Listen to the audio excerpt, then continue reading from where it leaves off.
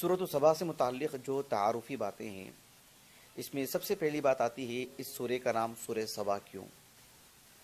حافظ ابن حجر العسقلانی رحمہ اللہ صحیح بخاری کی جو کتاب التفسیر ہے اس کی شرح کرتے ہوئے سورہ صبا کے آغاز میں انہوں نے لکھا ہے کہ اس سورہ کا جو نام ہے، کہا کہ وَهَذِهِ السُّورَةُ سُمِّيَتْ یعنی بِقَوْلِهِ تعالی، کہا کہ اس سورہ کا جو نام ہے اللہ رب العالمین کا فرمان لقد کان لسبأ فی مسکنہم آیہ، یہ سورہ صبا کی ایک آیت کریمہ ہے اور اس میں صبا کا جو ذکر ہے اسی مناسبت سے اس سورہ کا نام صبا پڑا ہے۔ ایک تعجب خیز بات سمجھ لیجئے کہ ابن عاشور رحمہ اللہ، محمد ابن طاہر، بہت بڑے عالم دین ماشاء اللہ، ہم بہت استفادہ کرتے ہیں ان کی کتابوں سے۔ تو ان کی جو کتاب ہے تفسیر کی التحریر والتنویر، اس میں انہوں نے ایک عجیب بات یہ لکھی ہے کہ یہ جو سورہ صبا ہے، جو سورہ کا نام ہے، رسول اللہ صلی اللہ علیہ وسلم کے زمانے میں جیسے ہم کو سورۃ الفاتحہ کا ذکر ملتا ہے نبی کی زبانی یا عام صحابہ کی زبانی، سورۃ البقرہ کا ہمیں ذکر ملتا ہے، آل عمران کا ذکر ملتا ہے، سورۃ الکوثر کا ذکر ملتا ہے، سورۃ الاسراء، سورۃ الکہف کا جیسے ذکر ملتا ہے، کہا کہ ولم اقف علی تسمیتها فی عصر النبوہ، ایسے انہوں نے لکھا ہے۔ واللہ اعلم اس سے آپ کیا کہنا چاہتے ہیں، کیا مراد تھی آپ کی، کیونکہ آپ عام متوسط درجے کے عالم نہیں ہیں، چوٹی کے عالم دین ہیں اور پچھلی صدی کی ممتاز شخصیتوں میں سے ایک ہیں اگر ہم عالمی سطح کی بات کرتے ہیں۔ تو آپ کا یہ کہنا کہ ولم اقف علی تسمیتها فی عصر النبوہ کہ عہد نبوت میں صحابہ کے مابین نبی کی زبانی سورہ صبا کا ذکر ہوا ہو کہ سورۃ الصبا، اس طرح کی کسی واقعے سے میں واقف نہیں ہو پایا ہوں۔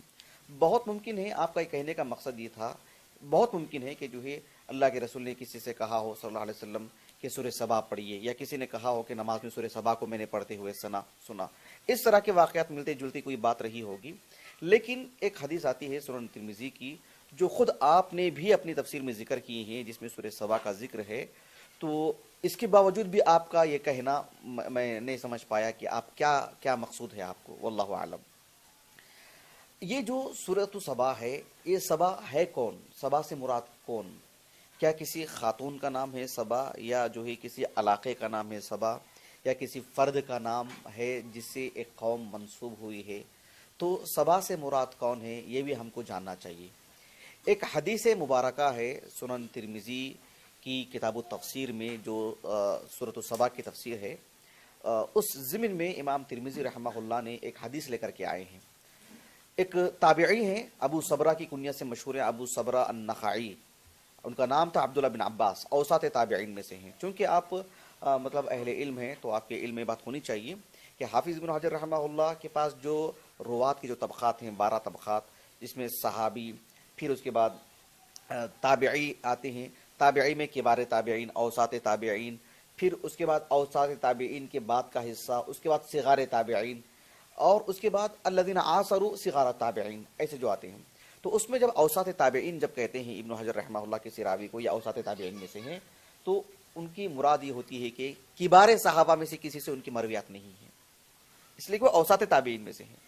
کبار صحابہ میں سے ابو بکر سے، عمر سے، عثمان وغیرہ سے رضی اللہ عنہ اجمعین ان کی روایتیں نہیں ہیں، جو بھی ہیں کبار صحابہ کے بعد کا جو مقام ہے انہی صحابہ سے ان کی مرویات ہیں، اس لیے کہ اوساط تابعین میں سے ہیں۔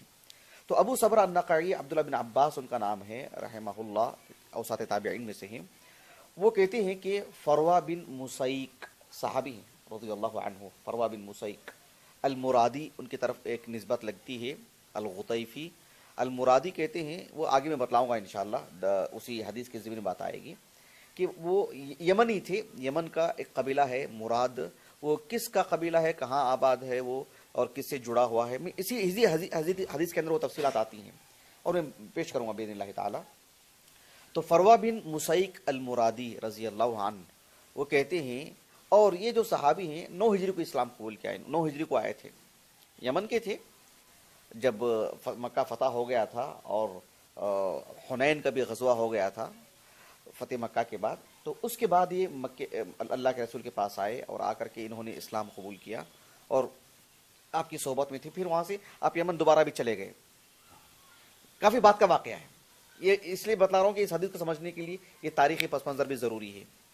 تو یہ جو صحابی ہیں فروا بن مسیک رضی اللہ عنہ، یعنی آپ علیہ السلام کی زندگی کے آخری ایام میں آئے تھے آپ کے پاس ملاقات کے لیے، اور جو ہے اسلام قبول کیا انہوں نے. جب یہ اللہ کے رسول کے پاس آئے تو انہوں نے اللہ کے رسول علیہ السلام سے کہا کہ اے اللہ کے رسول، میں چاہتا ہوں کہ میں میری قوم کے پاس جاؤں. کہا کہ الا اقاتل ہوں، یا الا اقاتل، میں ان سے قتال نہ کروں، من ادبر من قومی بمن اقبل منہم، ہماری قوم میں سے جتنے لوگوں نے اسلام قبول کیا ہے وہ ہیں مسلمان الحمدللہ، اور جن لوگوں نے ہماری قوم میں سے اسلام نہیں قبول کیا ہے، یعنی یمن کی بات ہے، یمن کے ایک خاص علاقے کی بات ہے، ہماری قوم کے جن لوگوں نے اسلام نہیں قبول کیا ہے، کیا میں ان سے جا کے قتال نہ کروں یہاں تک کہ وہ مسلمان ہو جائیں. آپ علیہ السلام نے ان کو اجازت دی. کہا کہ فأذن لی، مجھے اجازت ہی نہ دی بلکہ وأمرنی، آپ نے مجھے اس کا سربراہ بھی بنا دیا کہ آپ ہی قائد ہیں، آپ جائیے. اور میں نکل گیا. میرے نکل جانے کے بعد یہ فروا بن مسیک رضی اللہ عنہ کہتے ہیں کہ آپ علیہ السلام کو فوراً میری خبر گیری جو ہے، آپ نے فوراً میری خبر گیری لی. آپ نے کہا کہ ما فعل الغطیفی، غطیف یہ قبیلے کا نام ہے، میں بتلاتا ہوں آگے انشاءاللہ ذکر ہوگا اس کا باذن اللہ تعالی. کہا کہ غطیفی کہاں ہے، نسبت قبیلے کی طرف. ما فعل الغطیفی، کیا ہوا معاملہ ان کا، میرے سے اتنی ساری باتیں کر رہے تھے نا، کہاں گئے وہ؟ تو کہا کہ جو ہے وہ چلے گئے ہیں. فاخبر النبی صلی اللہ علیہ وسلم انی قد سرت، میں وہاں سے چلا گیا ہوں، رسول اللہ کو خبر دے دی گئی علیہ الصلوۃ والسلام. آپ علیہ الصلوۃ والسلام نے بہرحال مجھے بلا بھیجا. میں آیا. میں آنے کے بعد اللہ کے رسول نے جو ان کو اجازت دیتی تھی نا، جو جا کے قتال کرو، کہا کہ نہیں ایسا نہیں کرنا. کہا کہ ادعو القوم، پہلے لوگوں کو اسلام کی دعوت دو. فمن اسلم منہم فاقبل من، ان میں سے جو اسلام قبول کر لیتے ہیں تو انہیں قبول کر لیتے، وہ مسلمان ہی، وہ آپ کا حصہ ہیں. ومن لم یسلم، اور جو اسلام نہیں قبول کرتے ہیں، کہا کہ فلا تعجل، یعنی ان سے قتال کرنے میں، لڑائی کرنے میں جلدی مت کرو. حتی احدث الیک، یہاں تک کہ میں کوئی جدید پیغام آپ کے نام ارسال نہ کر دوں. ایسے کہا اللہ کے رسول نے صلی اللہ علیہ وسلم. آپ اندازہ لگائیے آپ علیہ السلام یہ حکم کب دے رہے ہیں؟ فتح مکہ کے بعد، جب پورا کنٹرول آپ کو، پوری طاقت آپ کو، لاکھ کے قریب جو ہے مسلمان تھے آس پاس کم و بیش، اتنی قوت، اتنی ہیبت، پورا جزیرۃ العرب تقریباً آپ کے ماتحت ہو چکا ہے، اور آپ کہہ رہے ہیں کہ فلا تعجل، یعنی مار توڑ، یہ اصل مقصود نہیں ہے. سبحان اللہ العظیم. حتی احدث الیک، یہاں سے کہ میں کوئی جدید پیغام آپ کے نام ارسال نہ کر دوں. یہ کہہ دیا اور یہ بات ہو گئی. اس دوران چونکہ بات ہو رہی تھی ان کی قوم کی، ان کی قوم ہے اسی علاقے کی، یمن کی، تو اسی دوران میں ایک صاحب نے رسول اللہ سے سوال کر دیا صلی اللہ علیہ وسلم کہ اللہ کے رسول، یہ جو سبا کر کے ہم جو سن رہے ہیں نا، سورۃ سبا، یہ کیا چیز ہے یہ؟ یعنی اس وقت سورہ سبا کے چرچے ہو رہے تھے کیونکہ یہ اسی قوم سے آئے تھے، اور اس وقت سورہ سبا کے بھی چرچے تھے نا معاشرے میں. تو سورۃ النمل، اس کے اندر بھی سبا کا ذکر ہے، اور سورۃ السبا یہ خود مستقل نام ہے اس کا، لقد کان لسبأ فی مسکنہم آیہ، اور یہ اسی علاقے سے آئے ہیں، یہ لوگ اسی قبیلے کے ہیں. تو ایک صاحب نے رسول اللہ سے سوال کر دیا صلی اللہ علیہ وسلم اسی دوران میں کہ اللہ کے رسول، یہ سبا کیا ہے؟ وما سبا، یہ سبا کیا ہے؟ یہ ارض او امرأة، یا کسی علاقے کا نام ہے یا کسی خاتون کا نام ہے، کیا چیز ہے یہ؟ آپ علیہ السلام نے کہا کہ جو ہے یہ جو سبا ہے، یعنی نہ یہ زمین ہے نہ یہ کوئی عورت کا نام ہے. لا ارض ولا امرأة، یہ حدیث کے الفاظ ہیں. آپ علیہ السلام نے فرمایا نہ یہ کسی زمین کا نام ہے، علاقے کا نام ہے، اور نہ ہی یہ کسی خاتون کا نام ہے، بلکہ سبا، اللہ کے رسول نے کہا صلی اللہ علیہ وسلم، ایک شخص کا نام ہے. ایک شخص کا نام ہے جس کو اللہ رب العالمین نے 10 بچوں سے نوازا. سب کے سب لڑکے تھے، نر تھے، کیا بولتے ہیں، رجال تھے، سب کے سب بنین. یہ جو 10 بچے تھے، کہا کہ آپ علیہ السلام نے پوری تاریخ بتلائی. آپ صلی اللہ علیہ وسلم نے، آپ علیہ السلام یہ تاریخ ان کو بتلا رہے ہیں جو اس قبیلے سے آئے ہیں، جو اس قبیلے کے افراد ہیں. بلکہ اس وقت اگر دیکھا جائے تو یمن کا بڑا حصہ مدینے میں آباد.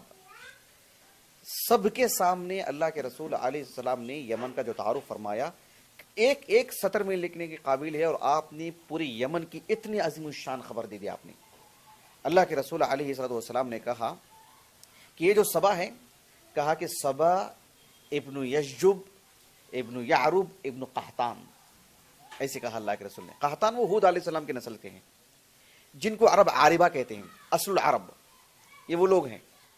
آپ علیہ السلام نے فرمایا کہ یہ سبا ابن یشجب ابن یعرب ابن قحطان یہ شخص ہے جس کو اللہ رب العالمین نے 10 بچوں سے نوازا، اور ان میں کے 10 جو بچے تھے بہت بڑے بڑے قبیلوں کے سربراہ بن گئے یہ 10 بچے۔